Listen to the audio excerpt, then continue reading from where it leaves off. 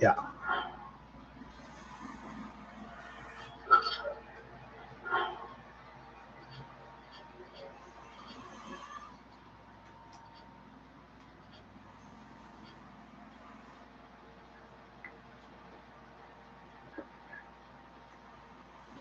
Boom, boom, boom, boom, boom, boom, boom. What we gotta do is hook it up. Don't hook it up. Hook it up. Get that Fox. I got the blue white Fox thing right there. Yeah. We gotta get our. That's a really weak seven sword, so we gotta suit that up. I got a lot of weak weapons right now, unfortunately, but we're gonna try to kind of make them a little bit more walloping. Yeah.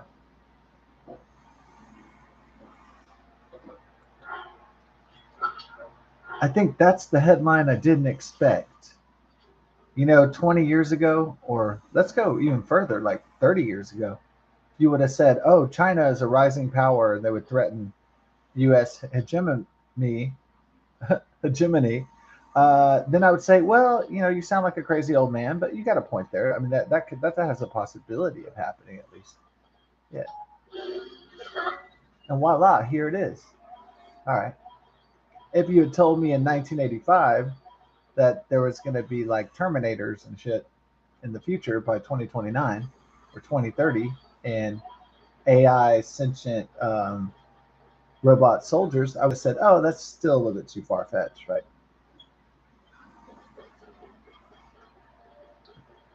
Now here's the one, but I would have said, well, maybe by 2030 there would be robot soldiers that are autonomous and or at least artificially intelligent and programmed for warfare, and can kill humans and kill other bots and drones and other targets. Okay, and I'd say maybe that's possible. All right, but if you had told me in the year, let's say maybe not when I'm 8 years old, it's a bit heavy. If you had told me in the year, like let's say I'm 15 in 1995, you had told me 30 years ago, like, hey, Scott, yeah, by the year 2025, you're going to have people killing themselves by talking to chat robots, chat AI. I would be like, what? People committing suicide encouraged by AI. I would say, what the hell? Like, I'd probably say I wouldn't believe you because I wouldn't want to believe you.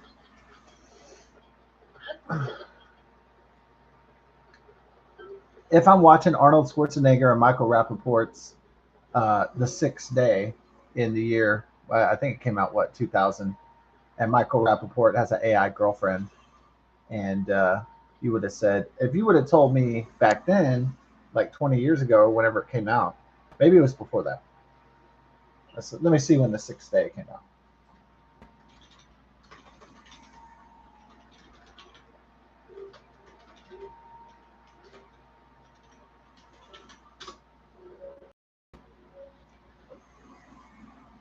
Okay, it was 25 years ago. So, well, photographic vivid memory. Sometimes it's right on point. Um, Sometimes I could be, have something misunderstood or whatever. Maybe I memorized something wrong, or I got confused because there are a lot of ideas that are similar and can get mixed up, like phrases and words can get mixed up if they're too similar, or if the context could be um, misunderstood. Plus, you can also misunderstand a memory or a concept or an idea. Also, get or you could memorize false information that was not true. That's also possible.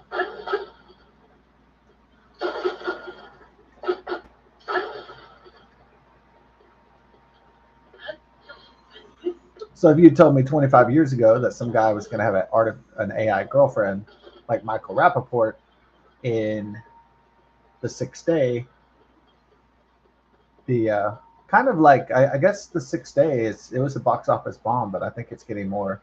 Uh, yeah, I think it's getting a little bit more attention now, a little bit more culty favorite. I think, even though there is advanced human cloning, but it's not like instant cloning, like You know, if you're sending a bunch of bad guys to go kill one guy, then if the guy gets killed, they can't just like have another copy of him.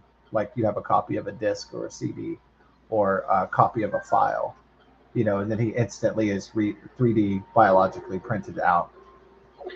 Well, we have 3D printing. I might not have believed you maybe in the 1980s or 1990s that you could use a computer to create or construct a 3D printed object. Maybe I would think that was too far fetched back then.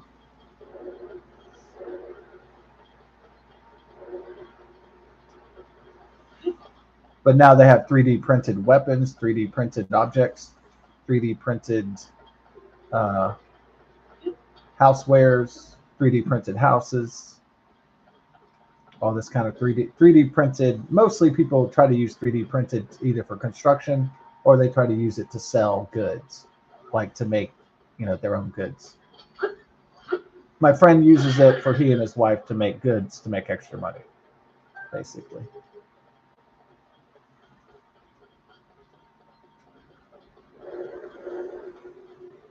That they're not wealthy and they have like 4 kids or something, and so shit's more expensive, and so they try to compensate by 3D printing and going on like selling their stuff at fairs. And I don't think it's really great quality. It's just they want to have something to sell.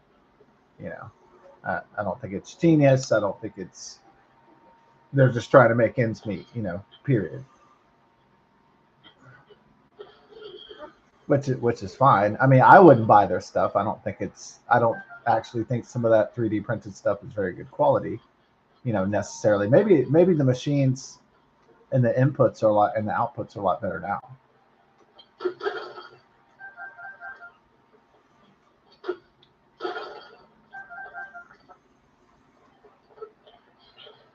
Uh, yeah, it's not like the Star Trek: The Next Generation replicator, where you just ask for whatever you want and it just gives you whatever you want, and it's fantastic, perfect quality. It's not creating things at a atomic level from scratch. It's not like it's basically not like magic, uh, like a magic genie a genie in a bottle or something. It's not to that level of godlike power. I don't know if it'll ever be to that particular level, but who knows? Who knows in the future how far technology could evolve? I mean, it could evolve uh, quite amazingly, almost seeming like magic to uh, to past generations. I believe I can activate it through a fire over here. Ah. Oh, there we go. It just blew up the bomb. That was nice. Oh, I can do another one, huh? As they come towards me, and hit it again. Oh, well, you're off target. Stay on target. Stay on target. Yeah. Is my mech? Is Manuro fine? Manure? Yeah.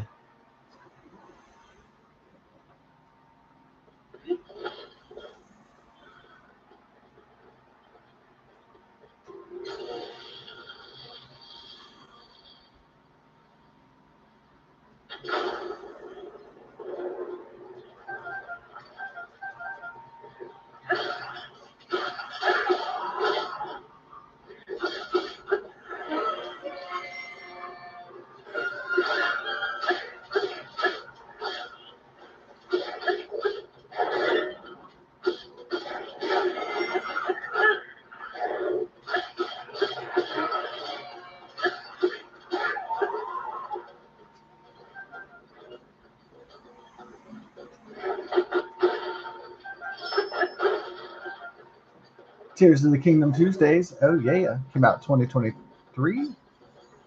Yes.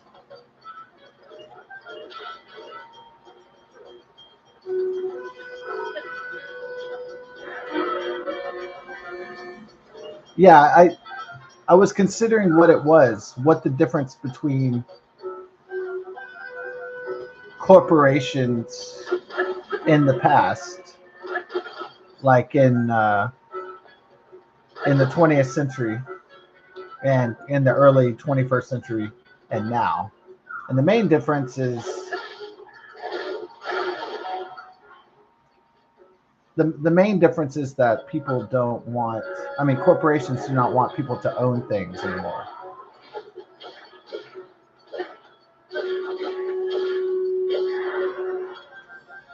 So I think personal property rights and personal freedom to have physical objects is greatly diminished in the 2020s corporations, which was not the case in the past when it was all about material uh, accumulation, material things like, hey, I got a car.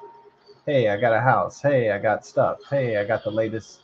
I mean, it's still about material accumulation to a certain extent, but it's corporations are emphasizing um, that people not have personal agency or power. uh, so corporations these days are exercising more control and trying to take away personal liberty and autonomy from the customers. So they're trying to diminish the impact of customers on their products as they seek total and complete control, which is a pretty, you know, stark shift from consumerism and capitalism in the past. It's more like it's not fully blown communism, but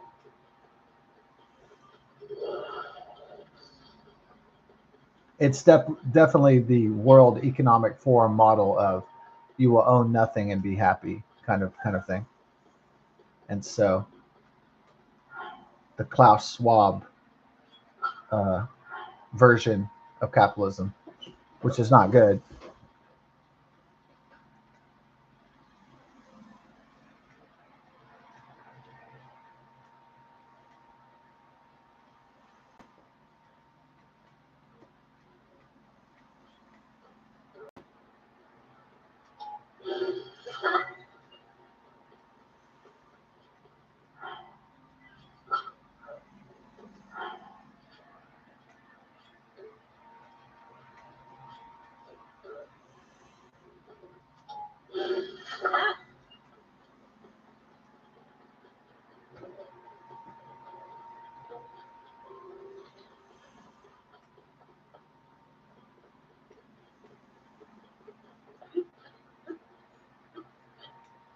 So I agree, it's becoming more like the United States and other countries all around the world are becoming more like techno feudalism.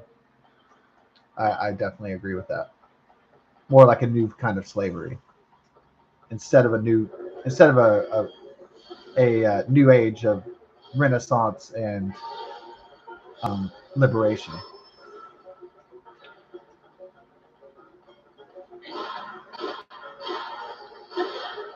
Oh, he got me good, huh? He stepped on me full.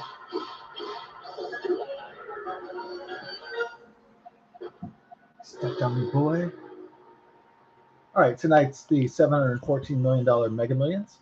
The problem is that the price of the tickets are very stiff, but at $5 a pop. But if you hit big on one, then you'd be, who knows, how much you could actually hit. So that's the other side of the coin. So yeah, the prices of the ticket are higher, but if you hit, it's like hitting a home run, depending on the multiplier on it. So if you hit a whole lot of numbers, you could win like 20 grand like that, or $800 or something like that. So then, I mean, if you won $800, then spending the $5 on one ticket would have been worth it.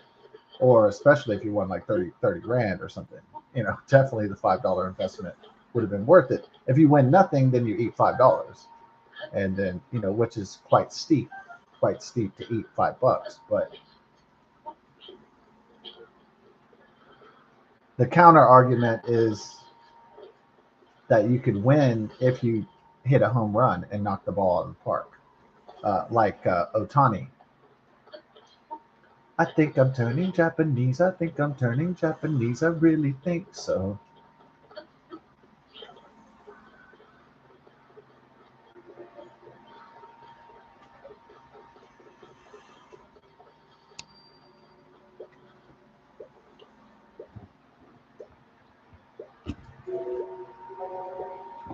Yeah, $714 million. You wouldn't have to worry about finances in that particular financial scenario. You wouldn't have to worry about benefits or SNAP or Obamacare or anything anymore. Basically, except just basic living and mortality and basic, bills and so on. Pay your taxes on it, but still, that's a whole big loot load, regardless. That's a whole lot of gravy, man, on that gravy train.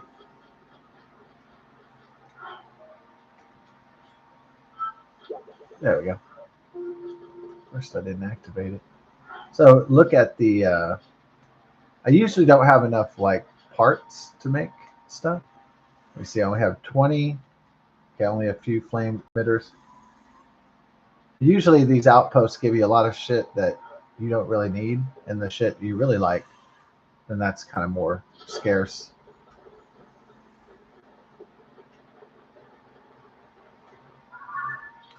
Where the heck are we going anyway? Down? We're just wandering the depths, which is fun, but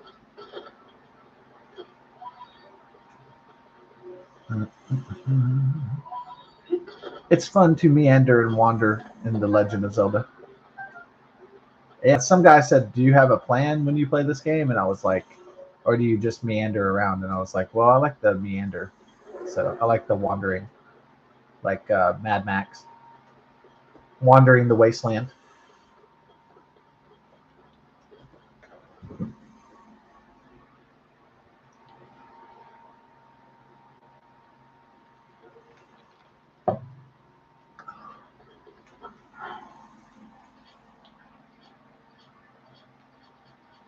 Yeah, people are really getting into the Halloween spirit. I don't know how people can afford it. Well, I mean, you bought old decorations, so it's not like you have to invest in new ones necessarily. So yeah, people in this neighborhood are really getting into trick or treat. I think there's a lot more children and babies and stuff in the neighborhood now, so that's why there's a lot of single moms and shit, and grandmas bringing their grandchildren, and so they might try to have a pretty epic Halloween with trick or treaters. We're probably not going to put our porch light on, so we're not rolling in dough right now. So we're not swimming in the Benjamins at this point. So yeah, there's certain like baby boomers in my family. Like there's certain holidays they have to do, and they feel like it's their personal obligation. Like maybe not so much Easter anymore because we don't have a lot of kids in the family anymore. That was more like when there was a lot of kids that they would make Easter a priority. But my parents and most baby boomers in my family make Thanksgiving like it has to happen. The Thanksgiving meal and Christmas has to happen, even if you have to charge a credit card or go broke. You have to have Christmas, and you have to have, no matter what the situation is. So, um, so my family kind of views Halloween as a pagan, almost satanic holiday, and that it is not worth spending. I mean, they might, dress up. They might, sometimes if they're going to a party, they might buy some candy, obviously, but not always to pass out. Sometimes they just buy candy and Halloween stuff just for shits and giggles.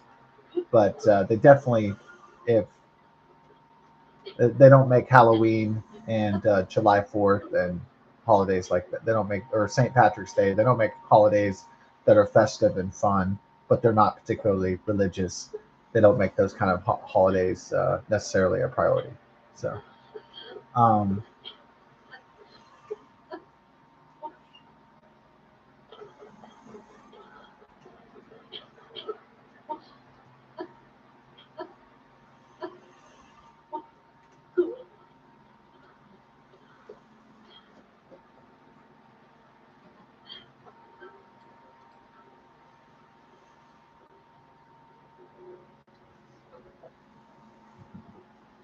Okay.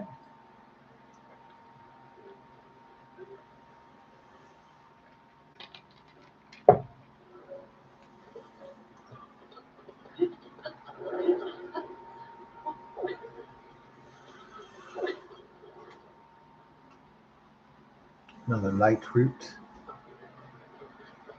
Gonna have a light poot. Yeah, it is like kind of clouding up. I don't think it's going to be a major rainstorm or thunderstorm. I mean, we could have some. I'm not sure, but mostly it's going to say the wind's blowing in real cold, and it's to be a wind danger. And I'm not going to grill outside with the fire because the wind is going to be pretty rad, pretty hardcore.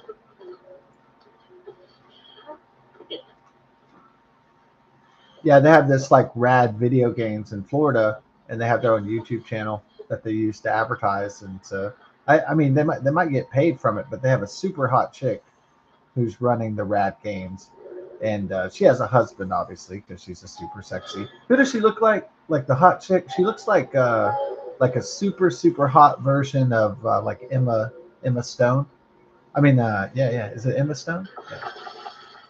Yeah, this girl looks super sexy, super hot, like Emma Stone. She's definitely a babe. Um, at first, they didn't show her husband, and she does most of the videos because she sells her hotness to sell the videos, basically. Yeah, but when I saw them, they started making their own products. I guess the video game store and the monetization from the YouTube wasn't paying the bills, I guess, and so they went into or they just wanted to expand into another business venture to make even more money. And so they started to make their own beer. It's called like uh, Rad Beer or something. Rad Beer. Everything's just rad. They decided to monopolize the word rad from the 1980s, from the California surf lingo. Uh, I guess they only have to worry about competition from gnarly. Oh shit! No,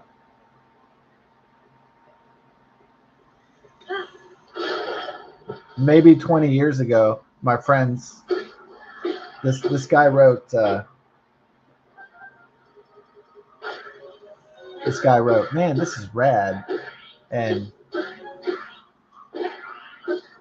my my friends let him wouldn't let him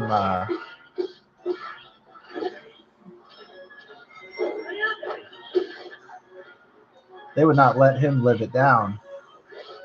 They were making fun of him, but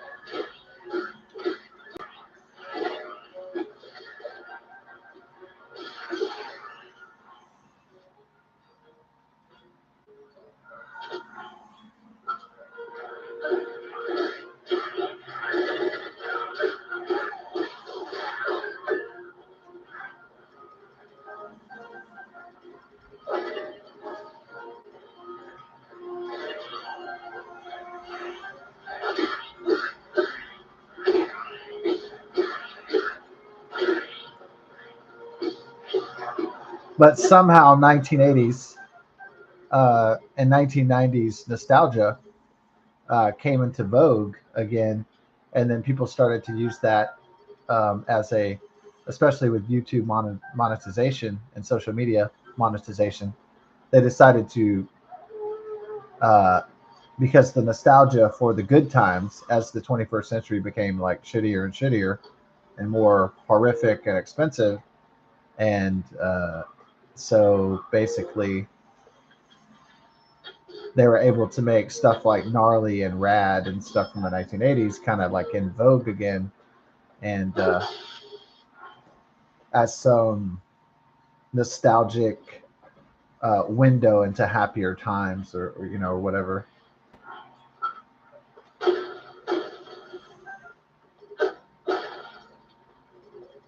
So the rad games in Florida with the really hot chick, um, they as soon as I saw the bottles, like I almost knew like that it wasn't an energy drink or a health drink. I almost knew like automatically that it was beer. So I just almost Like when I saw the bottles getting bottled out by the machine, input and output, I was like, oh, they're selling beer. I bet. Like I almost do it like rad beer. I knew it wasn't fruit water, you know. So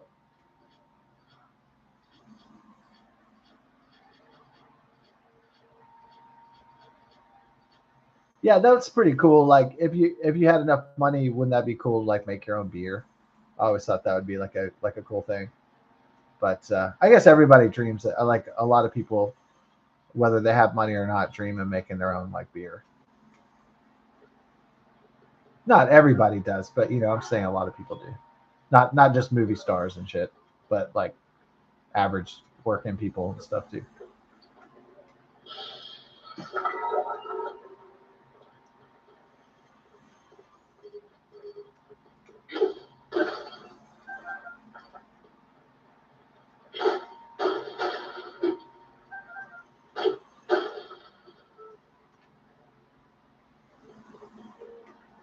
Okay, my boy Manuru, the spirit mech, the sage mech is hooked up.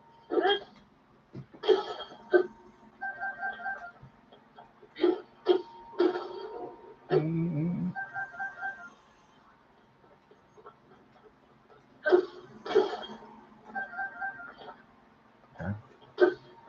Get that zone night.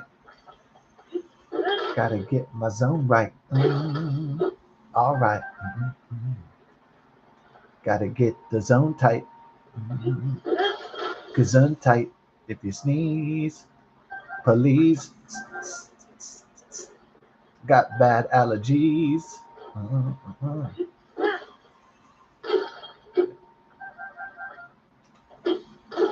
You want to keep those raps random though.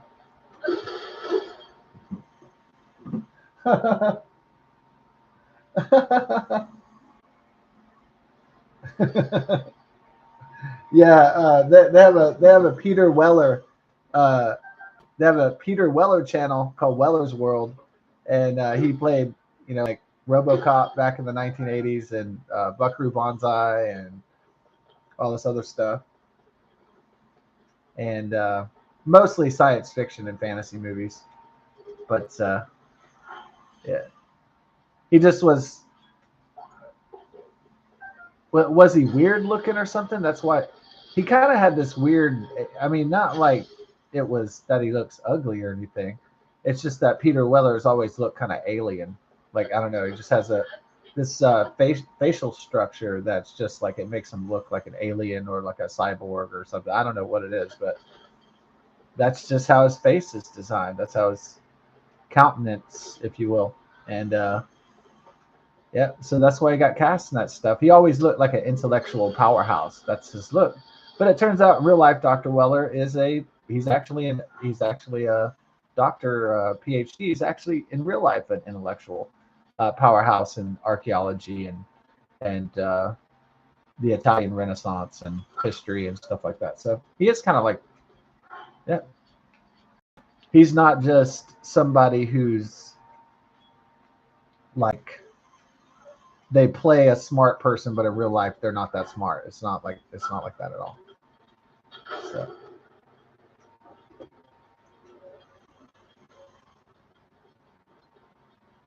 but his heyday was in the 1980s or whatever, and he's not racking up the views. He's not racking up the views, except for maybe people nostalgic about him. And he's like approaching what 80 years old or something. So,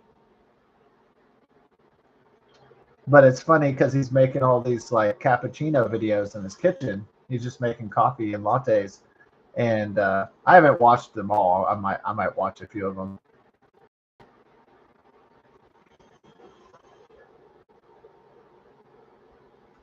They don't have that many views.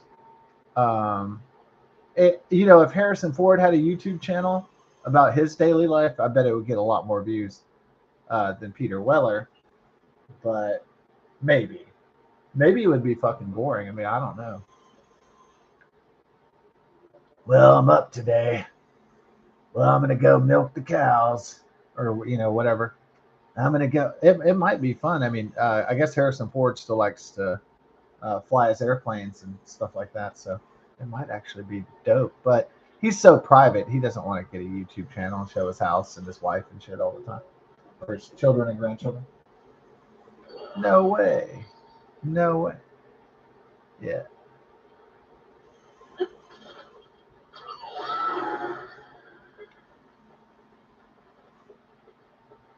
Peter Weller is just like, well, I'll just have my YouTube channel pretty low key and I'll just talk about history and archaeology and art and chronicle my, I guess he's using it as a legacy thing to like chronicle his last days.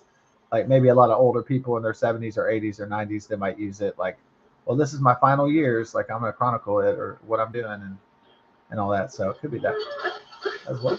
A little legacy project, perhaps.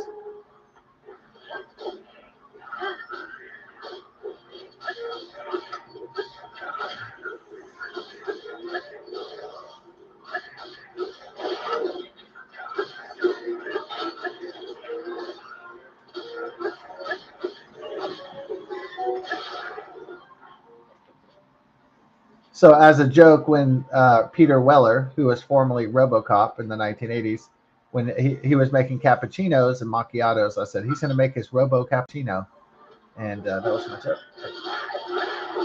Yeah. And then someone put he's going to put an Oreo in his Robo Cappuccino. I said, ha ha ha. Yeah.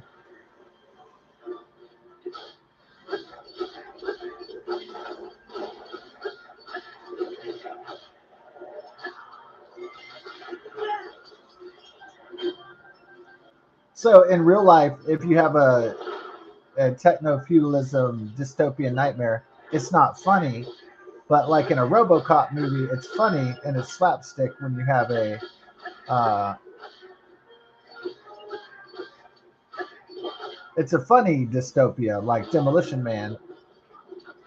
So in real life, if you have a dystopia where somebody's like where there's a kid or there's a teenager killing himself, talking to a chatbot, it's not funny anymore. But RoboCop was really good at doing black humor with cyborg and cybernetics and advanced robots and going haywire and all that stuff.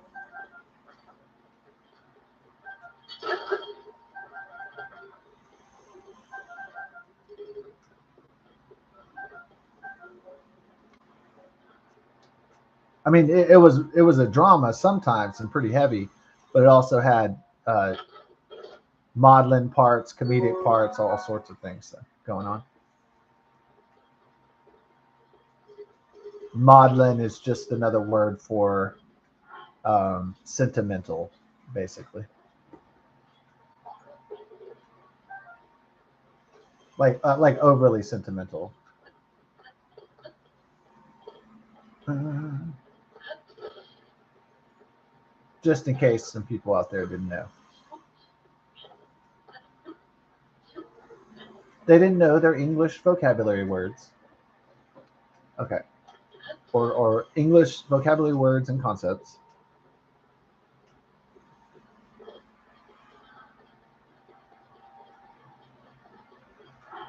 Okay, we got two of the He-Man swords. I have the power.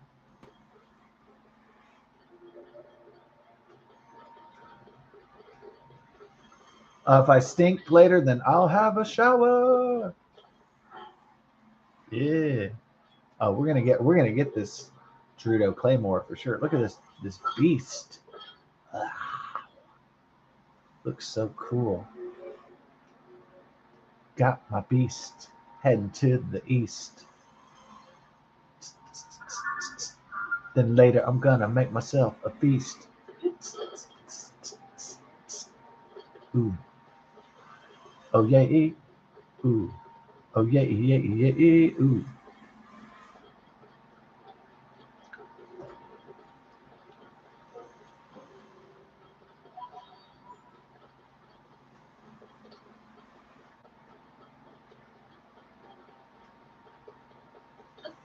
Yeah, yeah. I'm gonna have to bust out this. There's a lot of gloom all around here, so bust out my boy Manuro Dom, who is anti-gloom. I got no room for all this gloom. Might talk to my boy up on the Zoom. Yeah, I'm surprised for Zoom. They used to have this old commercial for another carrier, another service, and it was like Zoom, Zoom, Zoom. Had a nice song on it, but maybe they don't have the rights to the song, so that's why they don't do it, or they don't want to buy the rights to the song.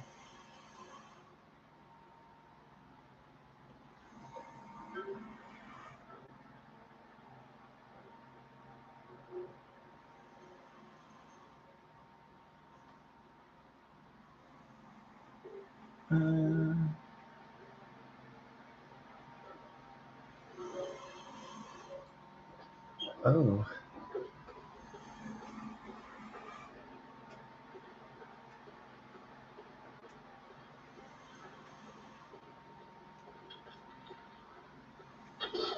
better recognize Dawn. Messing with Manuro Dawn. Manuro, I could see you. About to get downed.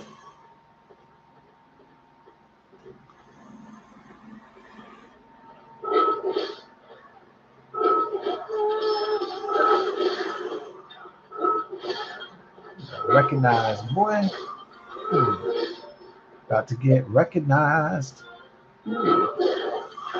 Gonna realize.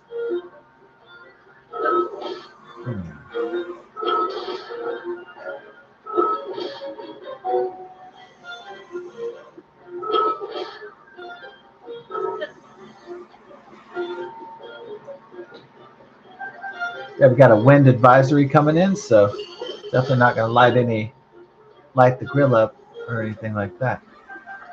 Light the grill up, increase my chill up.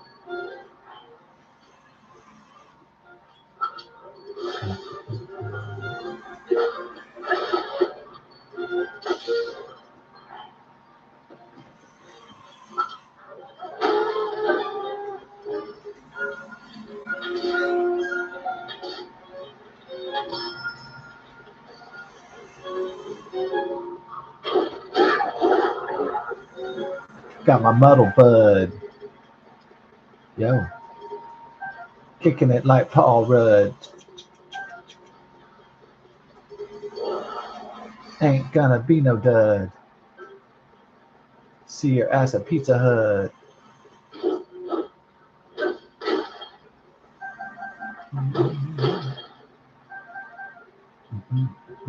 Pizza Hut.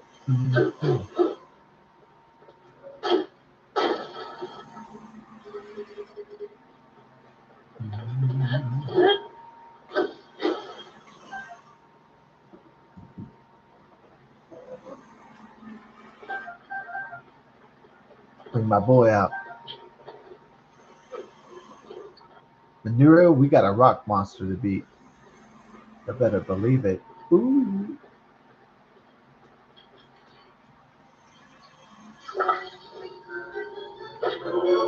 Rock this, baby.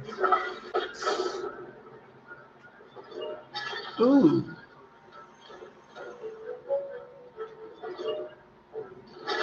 Try to crush me down. I'm gonna bust you. Yeah.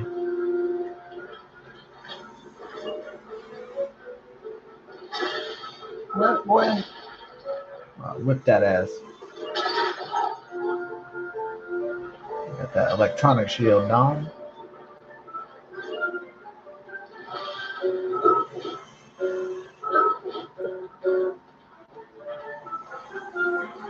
About to get down. Ah. Ooh. It's gotta hurt, boy. Oh, Manuro can jump on you? What? That's crazy, down. Ooh. Getting it down.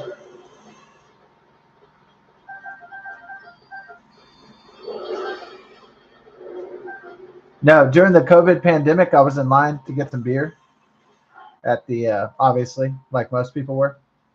They were like, "Oh, looks like it's," and then I was like, "There was a big line in the plague, and at the convenience store. It was like right after the announcement, about the plague and the shutdowns and all that in 2020. Yeah.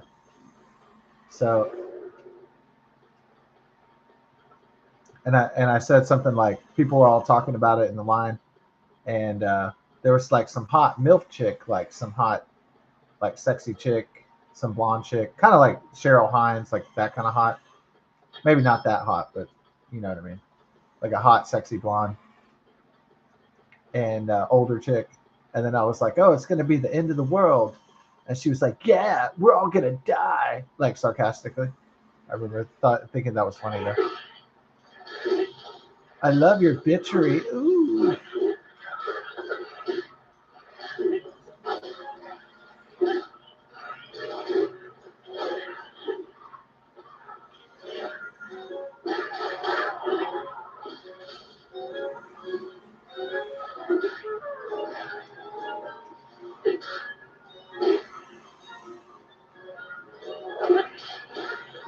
gonna get gonna get it down.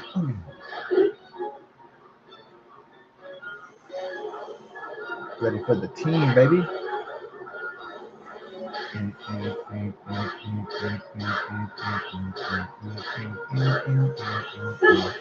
Ooh, wow. Ooh, nice shot. Nice shot. Ooh, yeah. Did you die yet?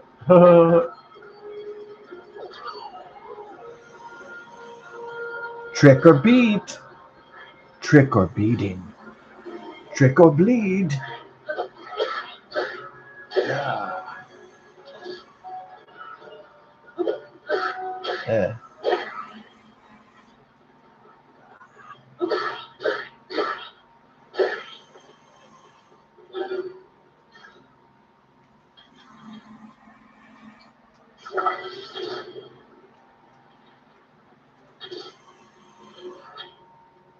Maybe he would like something, an electric lemon.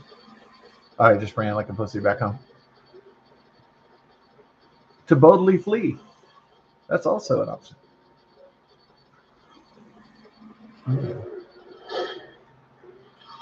I want you.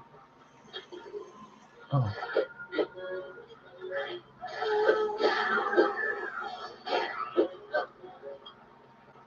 Crane kick. Daniel LaRusso. Ah. Miyagi-Do. Ah.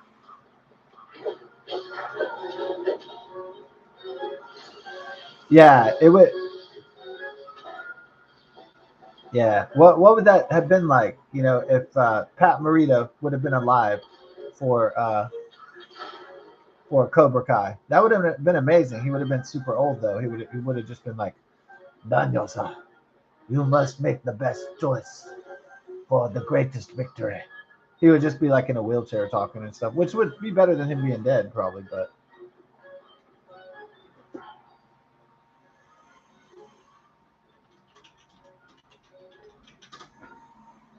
oh, he died in 2005 at.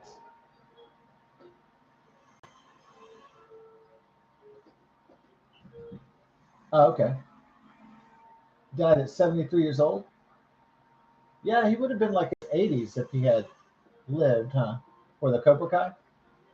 Yeah. Uh, okay. Yeah. He might have could have made it if he hadn't had that bacterial infection, kidney infection. Yeah. But he probably would have been in a wheelchair or something if he did the show, or did like a cameo, or like a dream sequence, or something crazy.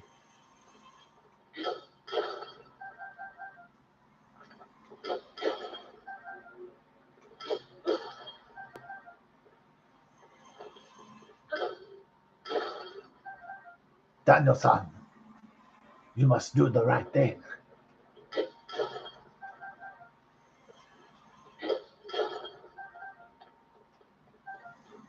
Yeah, it would have been great. Yeah, but unfortunately, he died in 2020 years ago. Yeah. Oh well, they brought back everybody else. Yeah, that's why Cobra Kai is so authentic because it brings back everybody pretty much from the that's alive from the original movie. Yeah, that's why it's so good.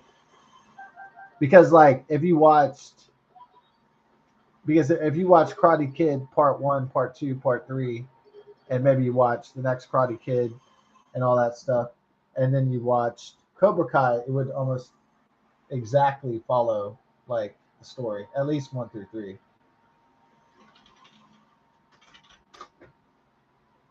But it would just be years later. Okay, May 2nd, 2018 is when it came out. Yeah, when the 1980s nostalgia was like hitting like the hardest. Yeah, like a nostalgia storm. Yeah, probably if the 21st century was great, like it was wealthy and healthy, and it was like just amazing, then people probably wouldn't get that nostalgic about the past. But since it's kind of shit, people are getting really nostalgic about the past. That's why. Not just myself, but like society in general, I would say.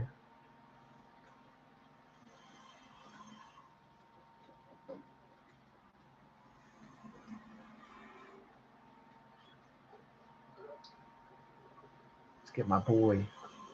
Get my boy.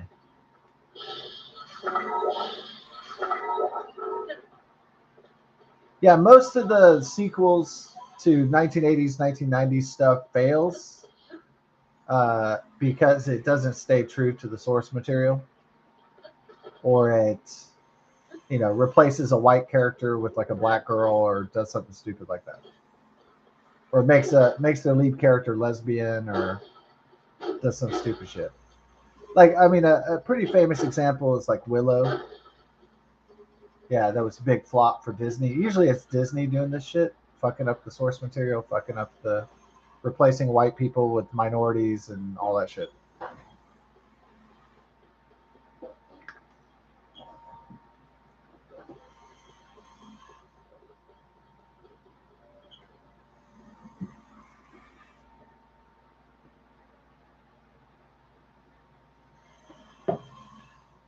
Like Seven of Nine in the Star Trek Voyager series, which came out, I think it was 30 years ago, wasn't it, on United Paramount Network? Yeah, Star Trek Voyager, 30th anniversary. I believe so. That's when it came out, 1995. Yep, January 16th, 1995. Oh, okay. Way past its 30th anniversary. Yeah. So in that original show, Star Trek Voyager, January 16th, 1995, um, when Seven of Nine, Jerry Ryan, that really sexy, mega hot chick, bodacious, like Playboy model, basically, comes on the show to save the show so that the 18 to 49 demographic will watch it by looking at her butts and her boobs and all that. Um, it pretty much saved the show, basically. Just for purely sexual reasons, but hey, sex sells, so that's what they did. And but she's a great actress too, Jerry Ryan. And so that helped a lot too. Wasn't like she was Pamela Anderson going like with it like bullshit acting.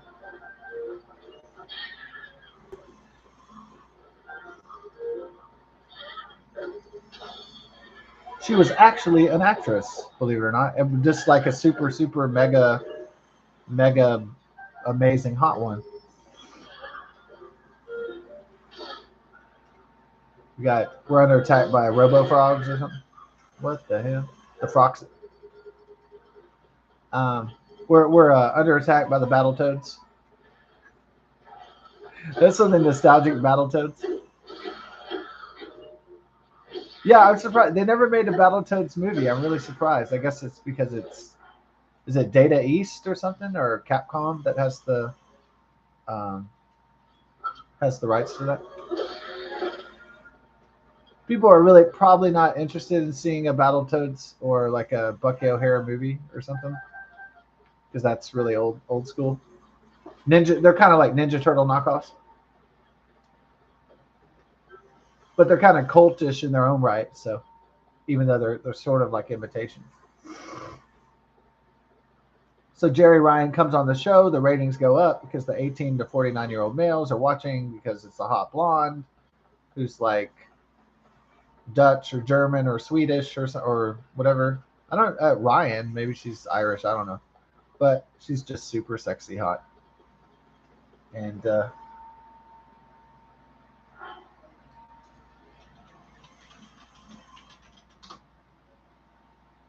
I wouldn't be surprised if Jerry Ryan has German or Dutch or Swedish ancestry. Let's see.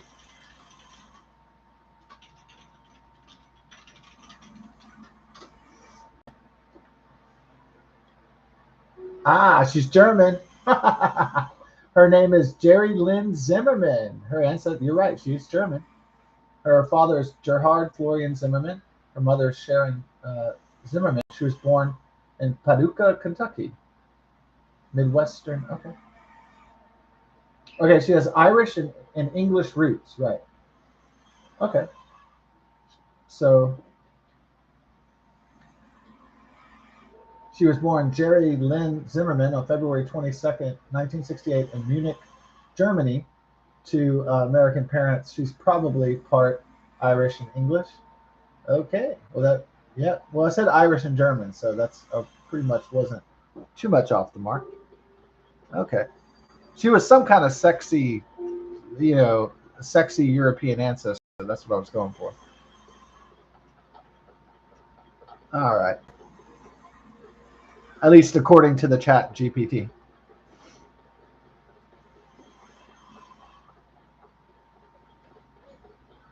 So in the original Voyager show, Star Trek, Seven of Nine is her character, and she falls in love with the second in command, an Indian guy played by Robert Beltran, called Chakotay.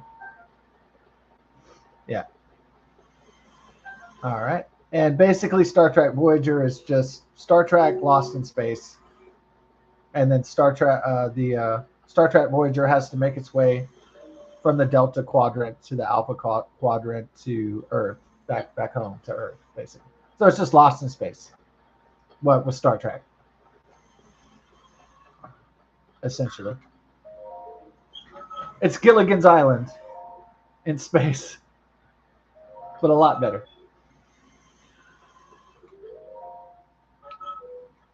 And it has tits and ass and hot chicks in it. So there you go.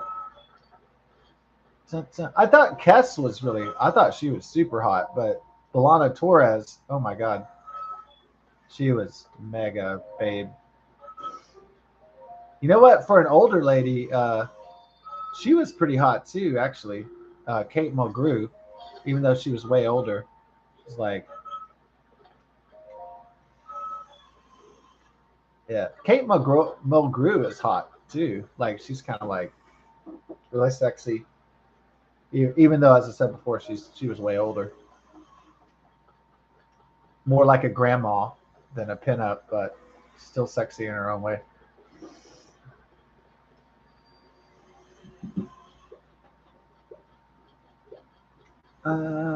It's getting cool, and one thing mothers and grandmothers could not do is bring out their babies.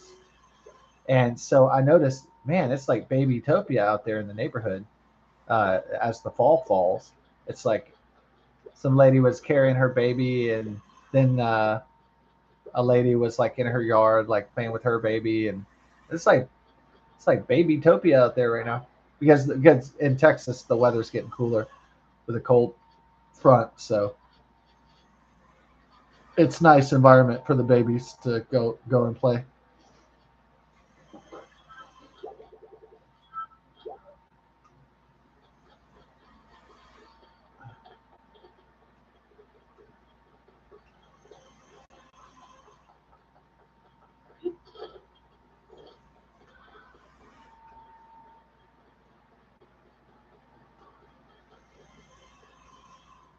So Jerry Ryan as Seven of Nine and Chakotay, they hook up in the show as she tries to discover her humanity, and she's heterosexual, and they kiss and they hook up, and I guess presumably they on a network TV show you can't really show fucking in a PG-13 kind of deal, but maybe that's implied or something. I don't know. Maybe they go to bed in one episode and wake up.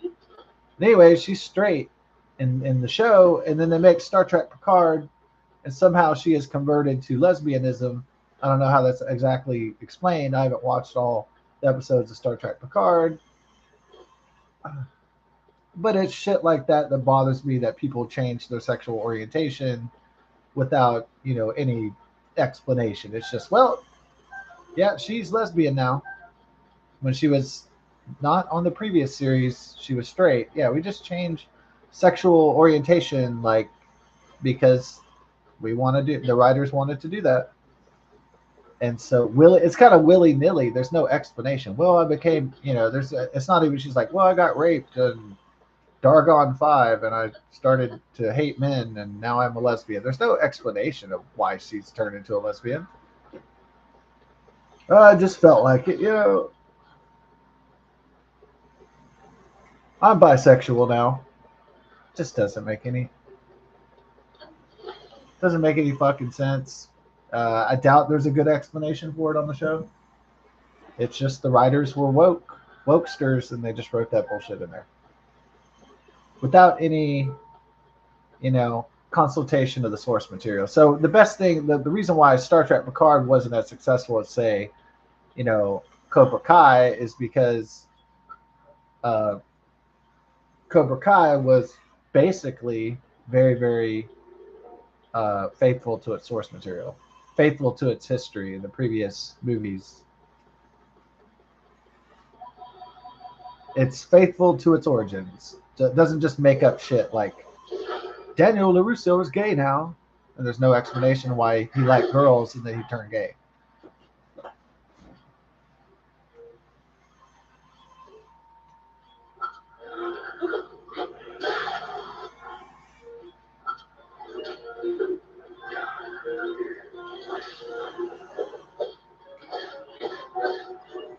Kreese is a transsexual now with no explanation. Like,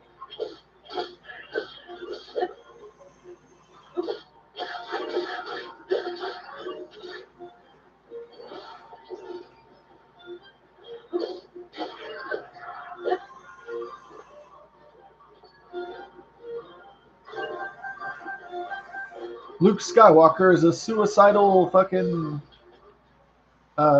guy who's given up on everything he's ever believed in. It's like, no, no. And he drinks alien blue titty milk. Oh my God, no, that's not what Luke Skywalker is. That's not who he is.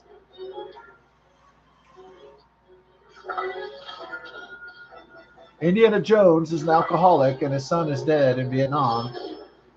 And he's also a pussy now.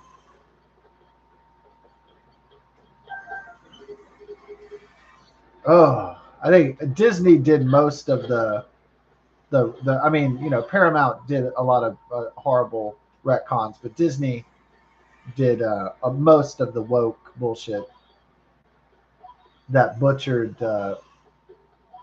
formerly amazing franchises. But other writers and other networks and companies also did it. Fucked up the lore, made it woke and gay and all that bullshit.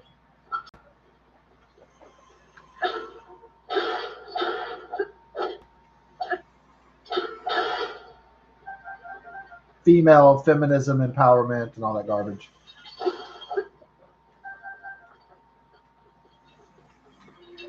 Leftist communism, socialism, Trump derangement syndrome, etc. Fucked it all up.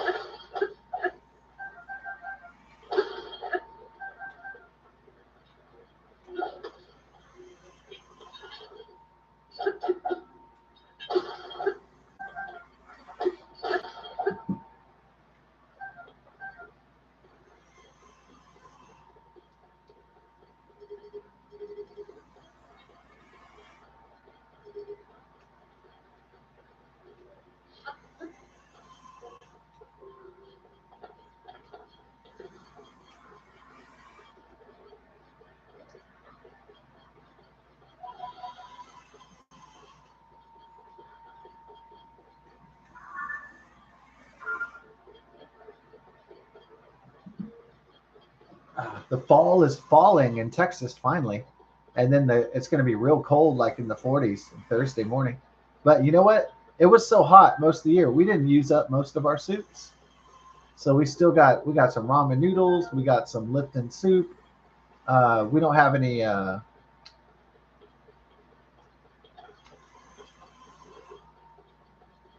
We don't have any of that awesome potato soup. That stuff. The Creek. Got what it was called. It's been so long. It's been so long since it's been cold that I don't even know the brands of the soups.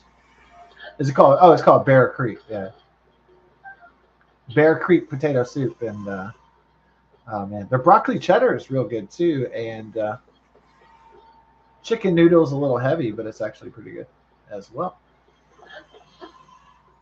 I'm sure it's not good for you. It's just good, when it's cold.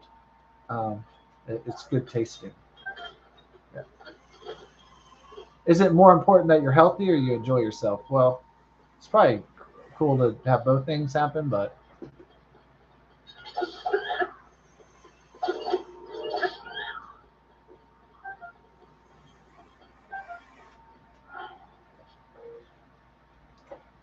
Frost Gliok Reaper. Might be a doctor or a chimney sweeper, but sooner or later, everybody dances with the Reaper.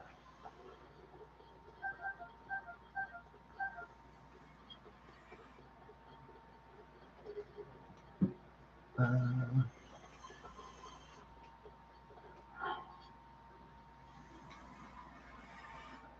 that was from Bill and Ted's Bogus Journey.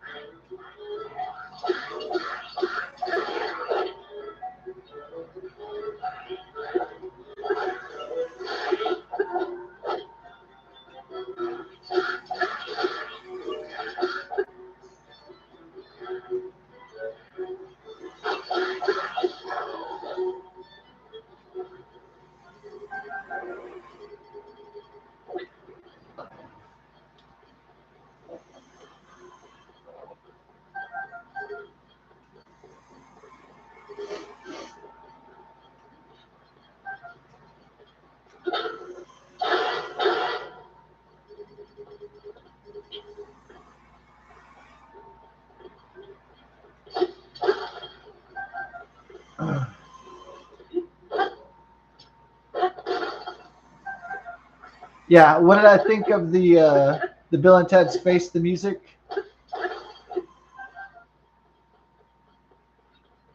Well, they kind of made it woke a little bit because they picked the two daughters are lesbians, and so it's like, yeah.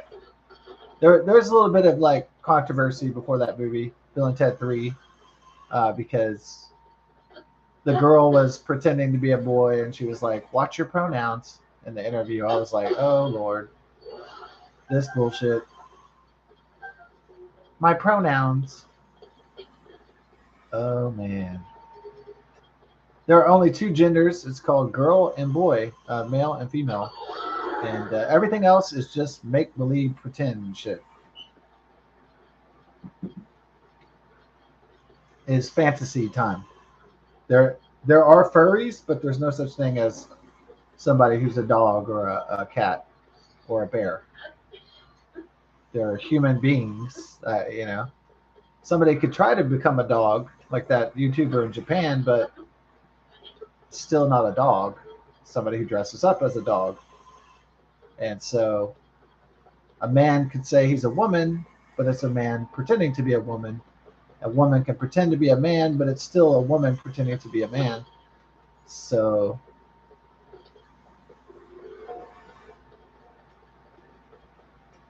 people can pretend to be anything like on Halloween, but probably the day after, people will probably realize that I'm not a wizard. even though I was one on Halloween, or I'm going to be. People realize I'm not Fred Flintstone on November 1st.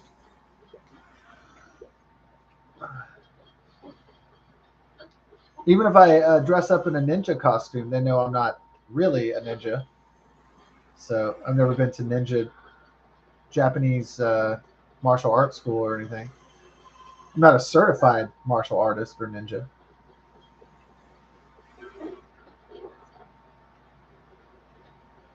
Yeah, you could dress up like a ninja, get a sai and a katana, and get a samurai sword. I get well, that's probably illegal, but get a fake one, I guess. Oh, you can get a real one and say it's fake. Ooh.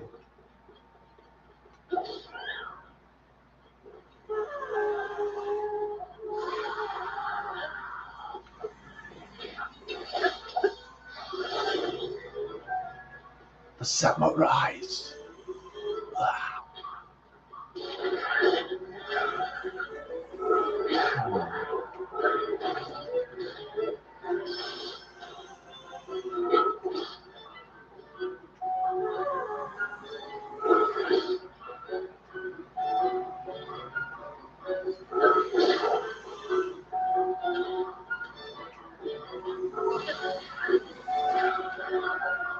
Lose my weapon, and I'll just set you on fire.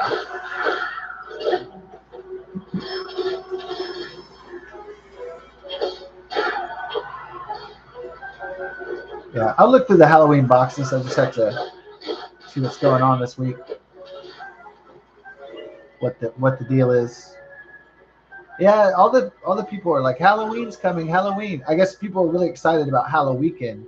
They're very excited because it doesn't normally fall on a Friday or Saturday, so people are getting really excited about this extended Halloween weekend. So that's why I hear it in the media more. Is that well, you can talk about depressing topics like I don't know trade wars or the government shutdown, or you could talk about the impending war with Venezuela, or you could talk about, hey, it's fun on Halloween. And so it's more fun for the media to go, hey, aren't you so excited about the Halloween weekend? Wee! Instead of talking about depressing topics, like being enslaved by Chinese communist or AI overlords in the future. So,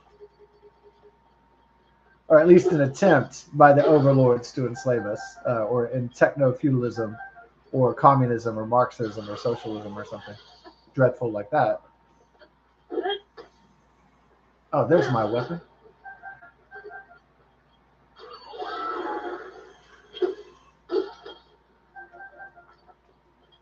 Yeah. So to distract the public from depressing topics, it's just fun to say, hey, look, babies and teddy bears are cute, and cute little puppy dogs. It is a nice distraction. It really is. Hey, look, it's Halloween. Wee! What kind of treats are you having? Yeah, it's fun. So,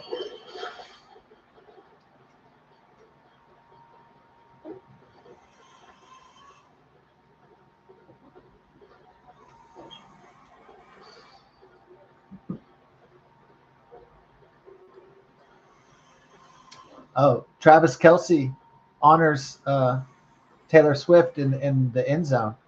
Oh, I'm sure he really enjoys that end zone. Oh, yeah. Uh, the winners get the honey. Oh, that's for sure.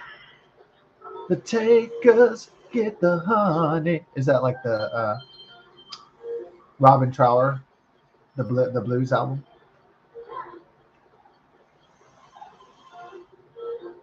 Yeah, that's a really good one.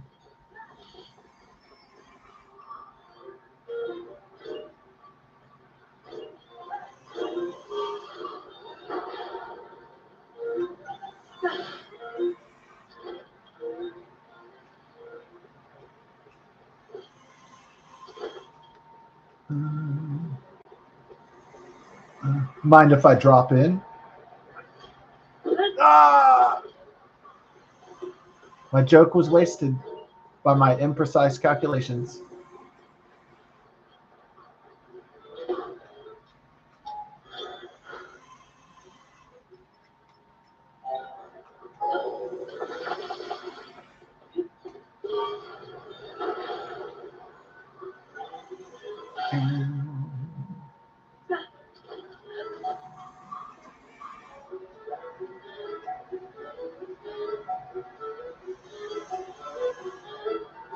Oh, there's two of them. Oh, shit. That's two flyers. Damn. All right, we'll take the top one first.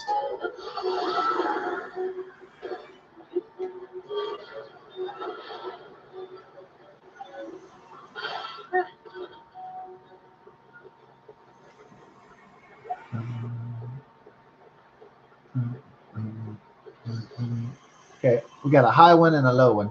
That's what she said. Oh, yeah. Ah. Let's get a Poe real quick.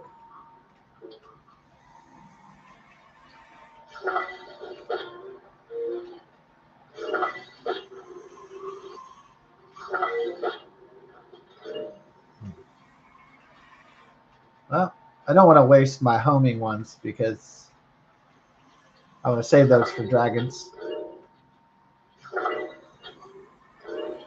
Oh, there you go.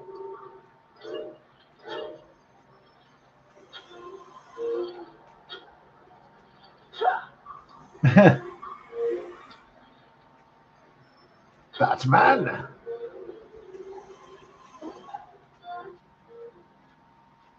Maybe just one homing. One homing, homie. Ooh. Ah.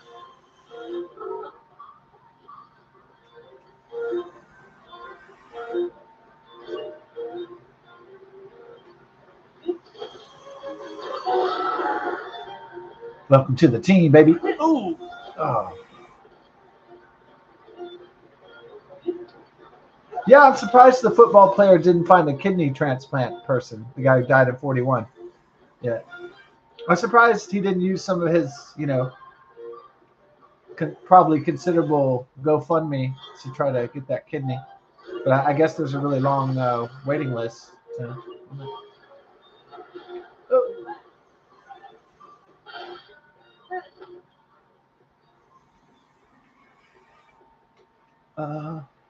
Yeah, I thought a big NFL star like that would be able to get at least one kidney.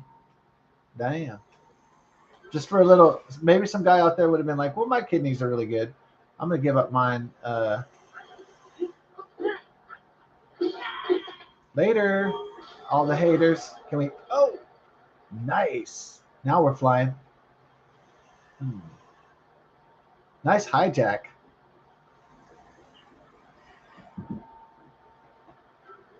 I tried to work on my jackings, except for jacking off. Oh, extremely dangerous hurricanes. So they're waiting to. The United States military is waiting, maybe perhaps for the big ass, gigantic doom hurricane to pass the Caribbean and then attack Venezuela. Maybe that's what it is. Just waiting for sweet Melissa to pass by. Like the Allman Brothers. Sweet Melissa. Yeah, that's a really pretty song.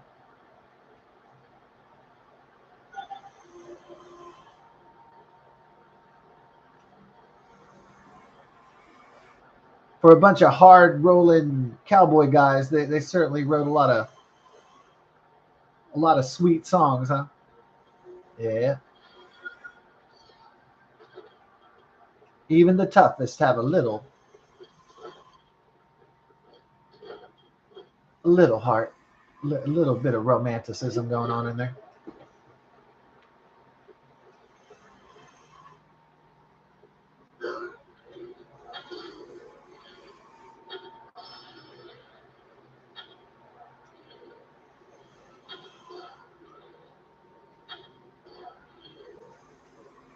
Welcome to the team in slow motion.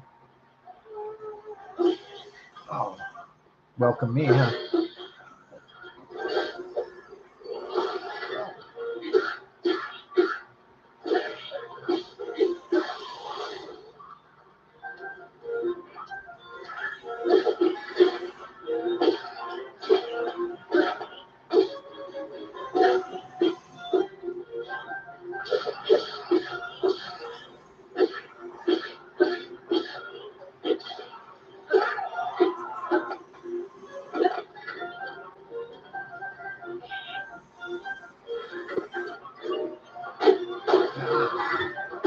The Hariblin Pounder. Ooh. All right. Yeah, the weather's great. Everybody's bringing out their babies. You'll probably see a lot of old people too. They're like, "Oh, the weather's nice. I finally decided to leave my coffin."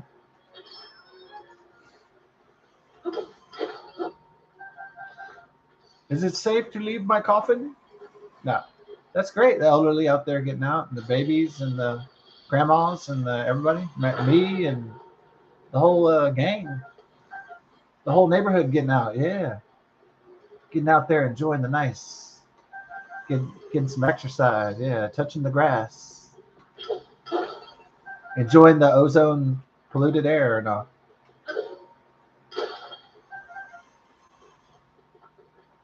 ooh, enjoying the smog filled air. Breathe in deep. Ah. Well, there's not really any chemical factories like in Pasadena, like about the ship channel in Pasadena. So it's not as bad out. I mean, there's still bad ozone, but not as bad air quality up here, I don't think.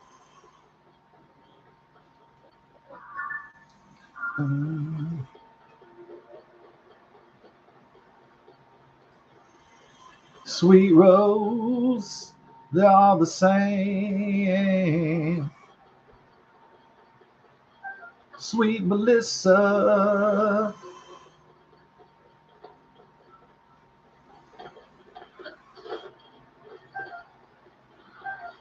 Crossroads, they come and go. I don't even know the lyrics. I know it's a bunch of just like, it's pretty good poetry.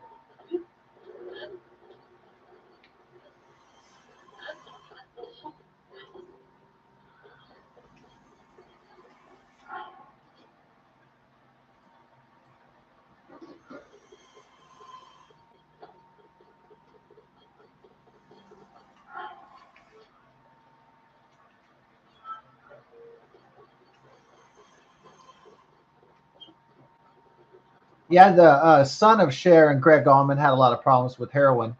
Yeah, I wouldn't be surprised if you heard Elijah Blue is dead because of his heroin addiction. But I think they try to mitigate his heroin addiction by Cher cutting off his stipend. I think she could control like part of his inheritance from Greg Allman. So maybe that kept him from ODing and get into the rehab treatment.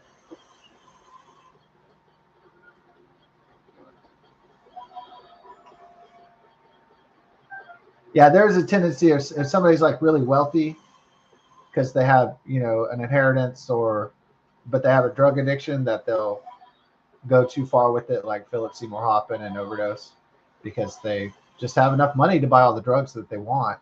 And so it's kind of cool to be broke. Not really, but it's cool to be broke if you're like a drug addict or something because then you can't buy shit.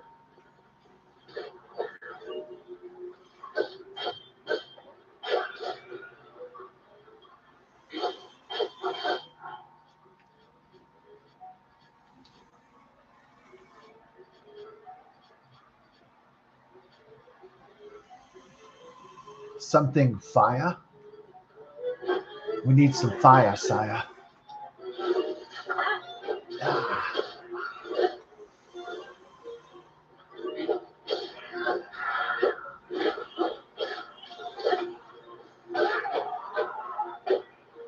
Maybe this Halloween a little tribute to Ozzy. Oh, we could do the Frank Zappa, oh yeah, Frank Zappa's epic Halloween show. Yeah, that's an epic show.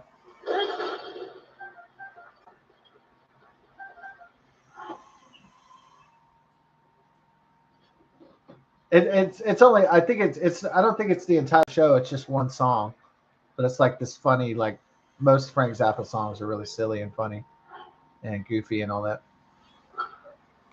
I think one of my favorite memories is I was playing off Overnight Sensation. I was playing Zombie Wolf, and my grandma, who's not mobile now, back in the day, this was like I want to say it was 2007, 2008, 2009, and it was at the tail end of the 2000s.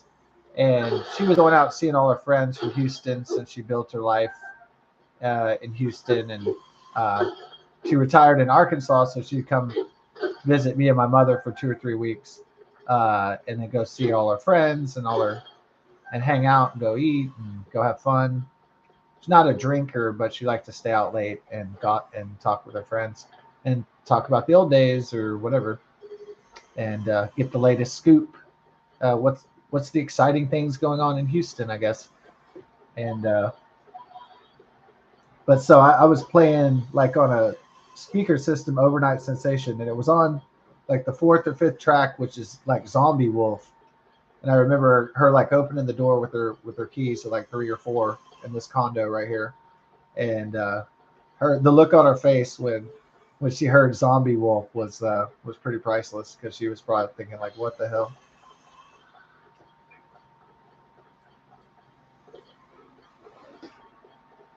A zombie wolf, and it was like no no no no no no no no, like there's that crazy like Frank Zappa jazz. Just the look on my grandma's face was definitely worth it.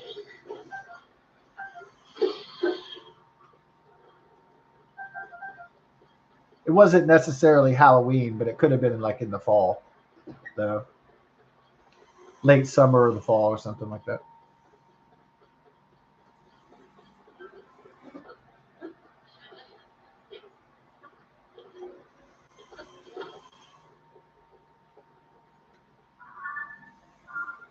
The zombie wolf. Yeah.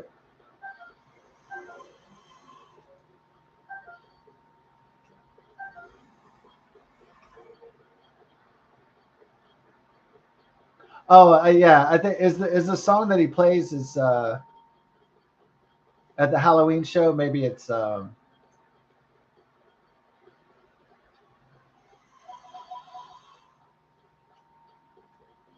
I haven't been jamming out my Zappa in a while, so I'm trying to remember the name of it though.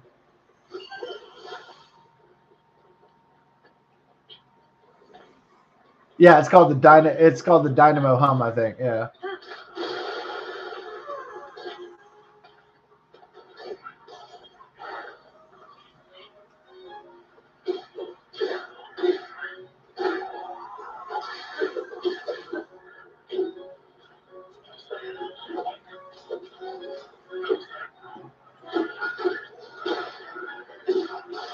Smashing Baby.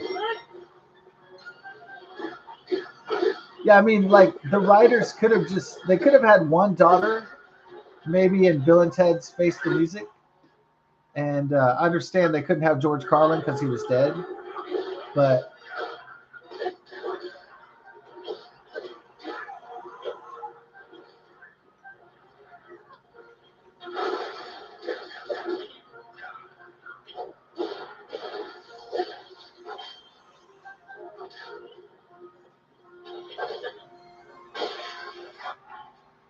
like the tendency of making everything female and gay, just totally destroys. It doesn't mean that anything should not be gay or female ever, depending on the story and the context.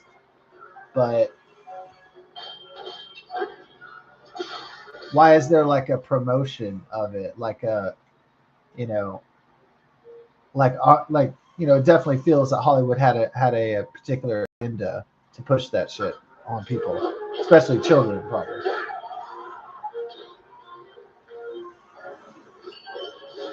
They could have made Keanu Reeves have a son or something, or Alex Winter, but they were like, oh, let's wouldn't it be, the writers thought, oh, okay, let's have them have two daughters, and one of them will be a lesbian or something.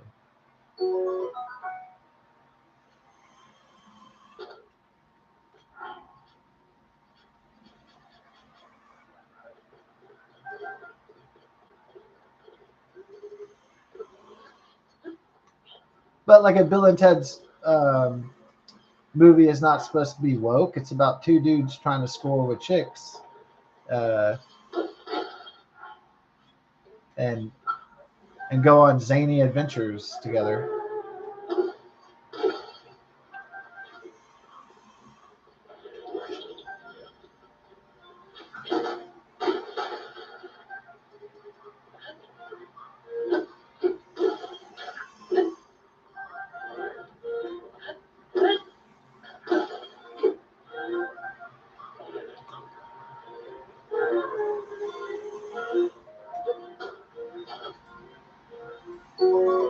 Okay, you couldn't get that because you already had. Well, might want to put the. You want to get that Gerudo? It's a bit weaker, but it's prettier though. Yeah. Oh, someone put. Someone on Fox News did. See, I thought it was Aw Snap. They put O Snap. Oh, the writers didn't know about the Aw Snap. So this guy from Jersey that I went to high school with, named Jonathan, um, back in the day at Klein High School,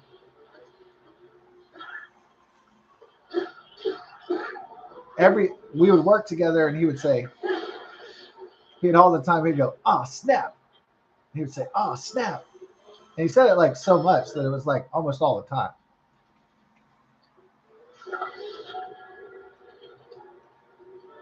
Maybe he said "all snap" more than Chris said "teach their own."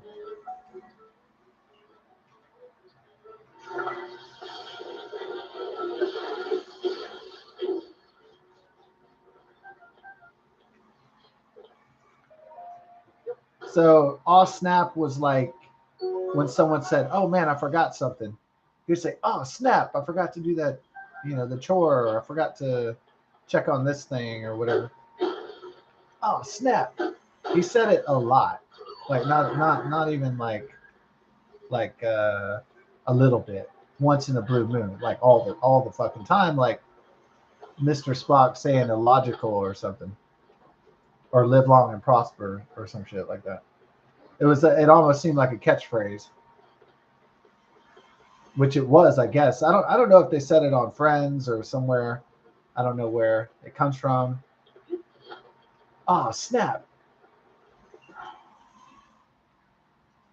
So it wouldn't be surprising in a government shutdown that media people and writers would write "oh snap" as the headline, even if that phrase is not particularly prevalent in the 2020s. Where did it come from? Ah snap. Uh, oh, it's an Eric code and.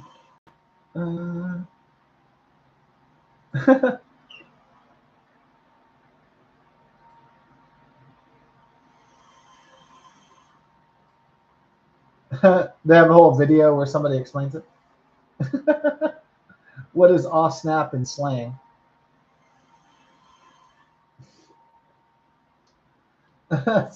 They turned it into a Google Chrome error. What?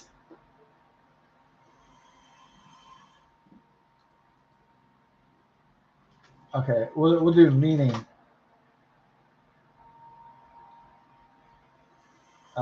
In slang, do I have to say that?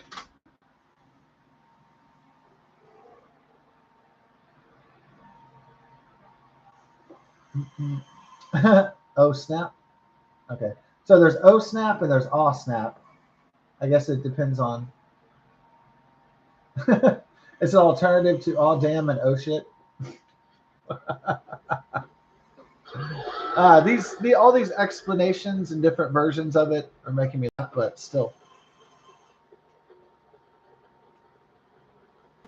I would still like to know the etymology of that statement of that phrase. Yeah, I want to know. Maybe I could figure out where it originated from.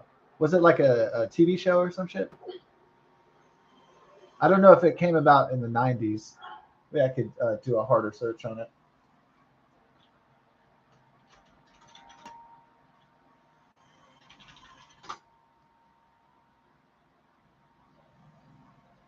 Okay, they said it was originated in African American Vernacular English (AAVE). They have a term for that.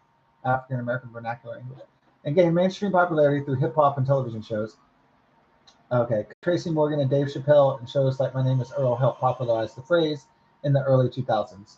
How come they said early 2000s even though my friend was using it back in the late 1990s?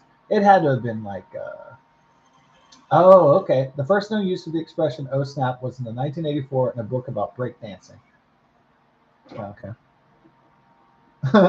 So I put the mysterious origins of Oh Snap. I guess it depends on. Um, yeah, I guess people want to claim it and tell different histories about it. Yeah. So I'm not gonna get like a definitive answer. I don't think it's just gonna be a bunch of like, well, I saw this one show. Like, there's this one rap album. There's this one book. It's just gonna be a whole bunch of shit, and it's not gonna be like a definitive like who started it necessarily. Oh well, I don't care enough to think about it for too much longer.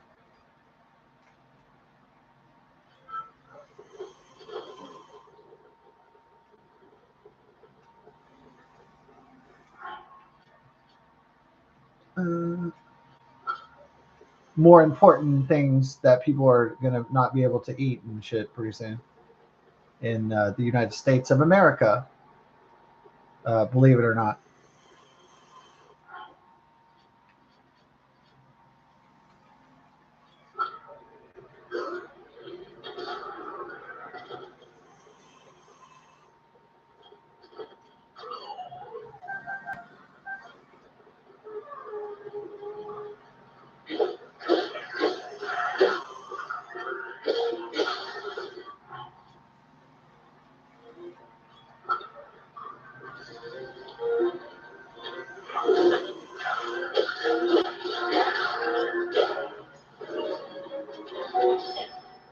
Oh. All right,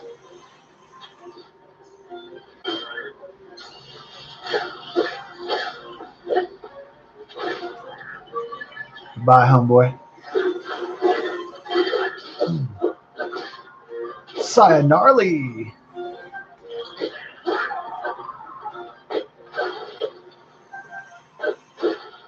Gnarly Rad and Cowabunga.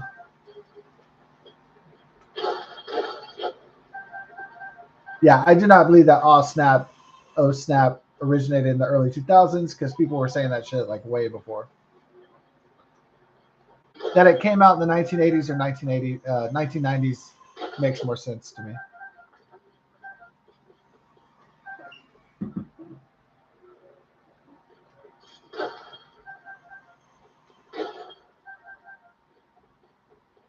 And so to say it has African American origin probably is not trying to be woke. That's just probably a matter of fact.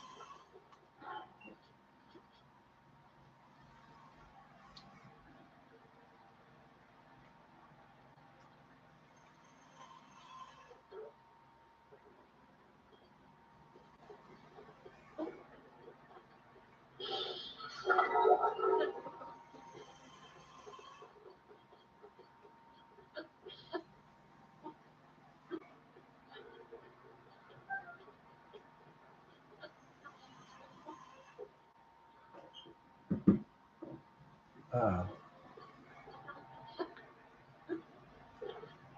2 hours in it? Oh shit.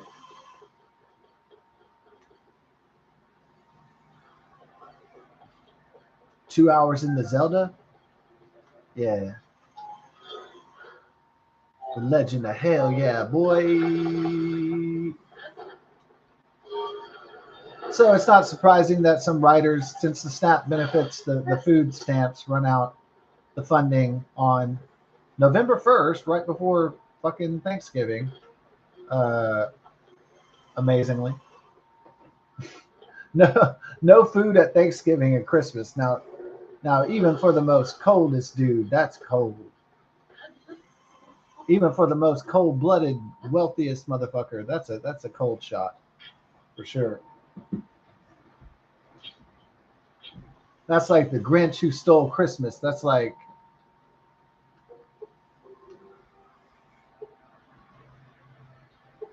Daddy Warbucks cold. That's some Ebenezer Scrooge type cold shit.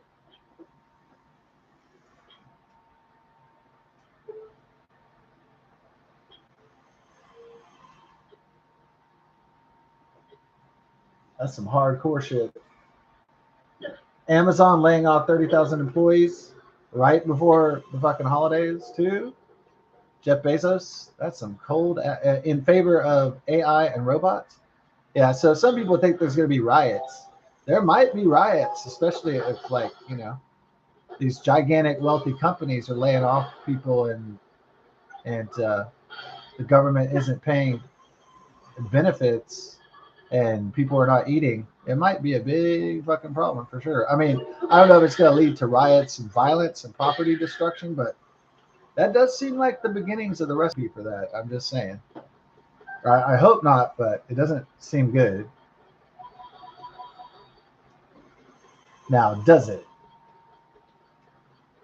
Or unpaid soldiers or unpaid air traffic controllers? People getting paid for doing a really hard and necessary job. Woo!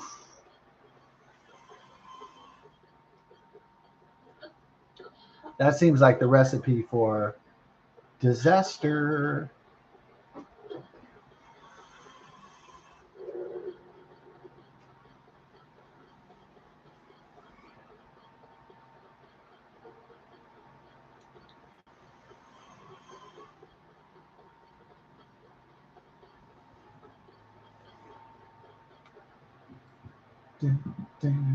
Man, that hurricane looks, wow. Sweet Melissa. Ooh, not so sweet. That looks awful. I'm glad that motherfucker ain't barreling down on the U.S., but those poor Caribbean island people, they're about to get they're about to get butt rate. They're about to get annihilated.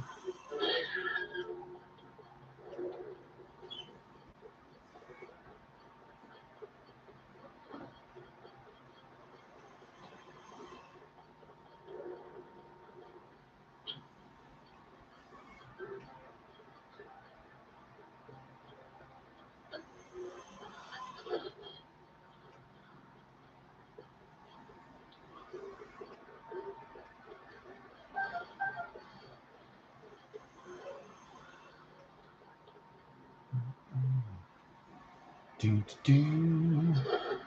Down in the down in a hole, losing my soul. Alice in Chains. Yeah, they on Jeopardy, the contestants did not get the Alice in Chains question right. The question was, um, this group was play on a Lewis Carroll. This popular band was a play on the popular Lewis Carroll novel. And did they even say, or did they just say Lewis? Maybe they didn't say Alice in Wonderland. They just said Lewis Carroll novel, and then they didn't get it. It's like no one listened to Alice in Chains. What the hell? Alice in Chains was like one of the greatest bands ever.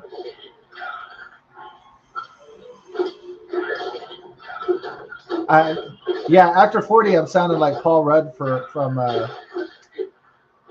This Is 40, like almost exactly. You guys never heard Alice in Chains? Man, this is real music. You kids are missing out.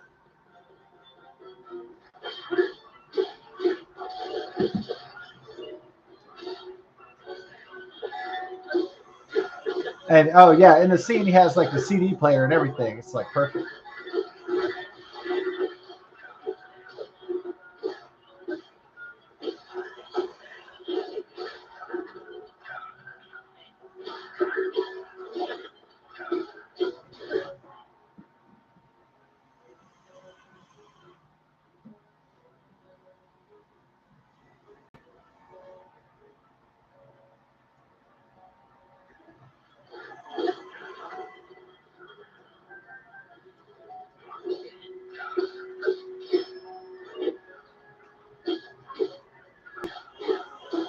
Put the whoop down on you.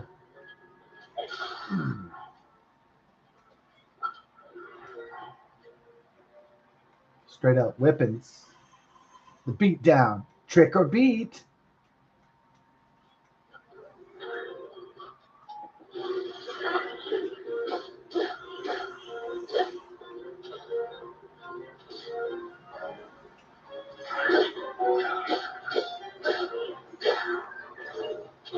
Trick or bleed. Oh.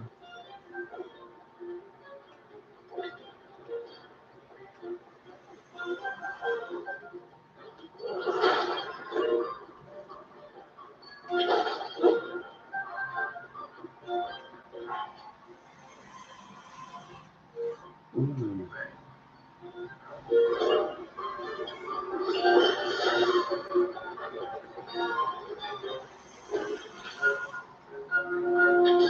Yeah, how do I feel about the Tyler Robinson, Charlie Kirk conspiracy theories?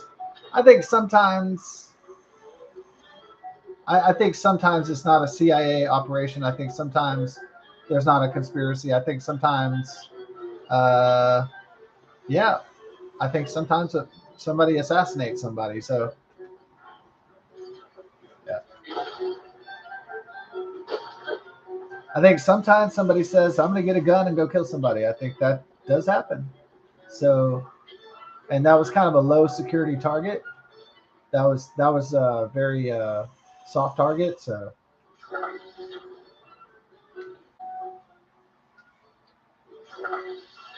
Utah University.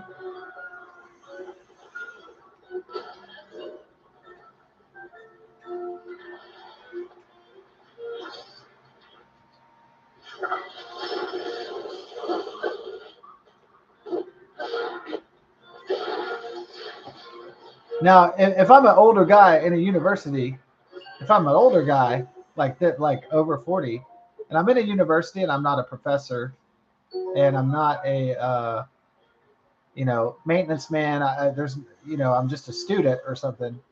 The security's gonna be on my butt like shit.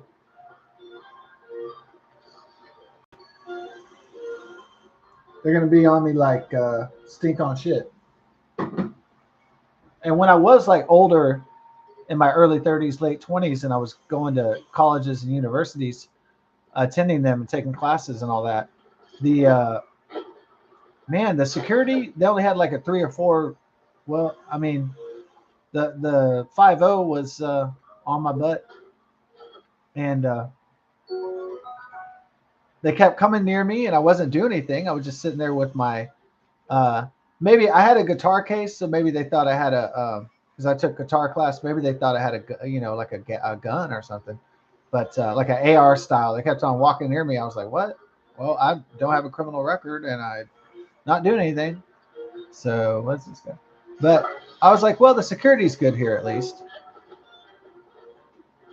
All right, maybe they see the guitar case. They think maybe they think somebody has like an AR-15 or something. Maybe that's what their logic is.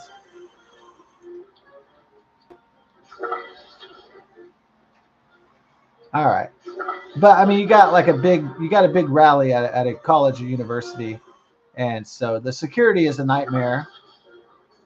Um, because you can't have all the officers scrutinizing every single individual when there's a crowd of hundreds of thousands.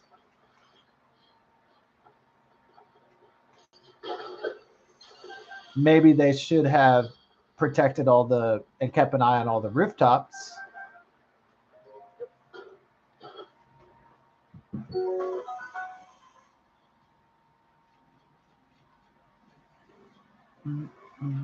We'll get rid of that. Get the Crown Royal Shield. The Shield of Destiny.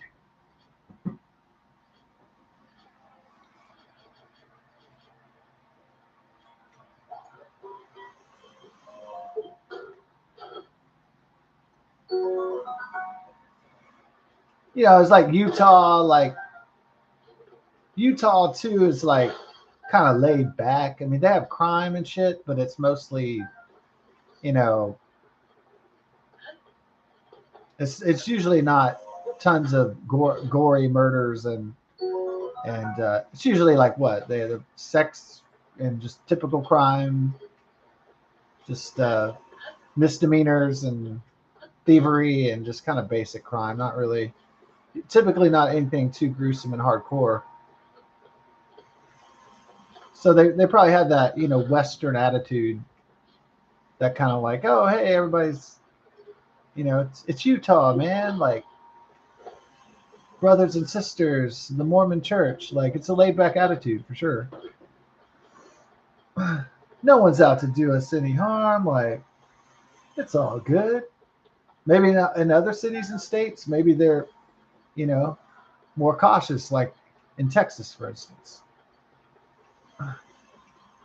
People are more cautious in Texas because there could be gangs here. There could be, some serious shit. There could be Chinese spies in here. I mean, so people keep their guard up pretty high and lock the doors, and arm up a lot just in case we're under attack, because we're always under attack because we're a border state.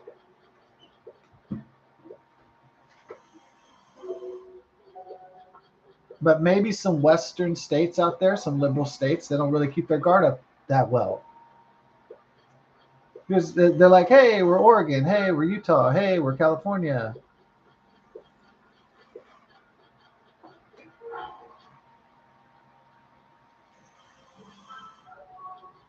So I definitely get this cowboy surfer mentality going on from the West in this country. And that's cool. I like it. I mean, I like that vibe. But always have. But maybe the University of Utah security wasn't the best. Kind of seemed like Captain Obvious.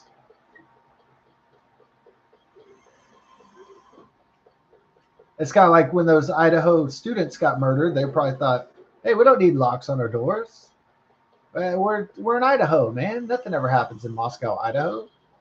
Like, why do we need to lock our doors? Like, pretty girls don't need to watch their back here. Like, no one's out to get us. We're safe." And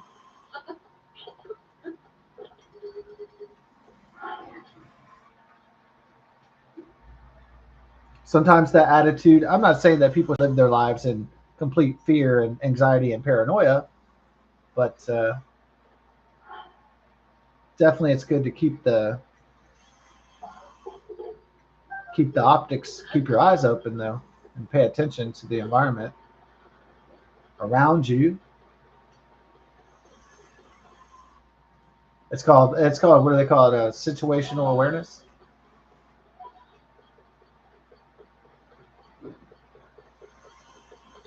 We about to roll. Yeah.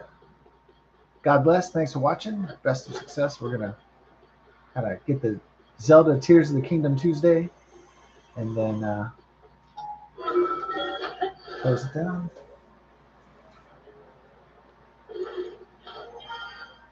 God bless and best of success as always.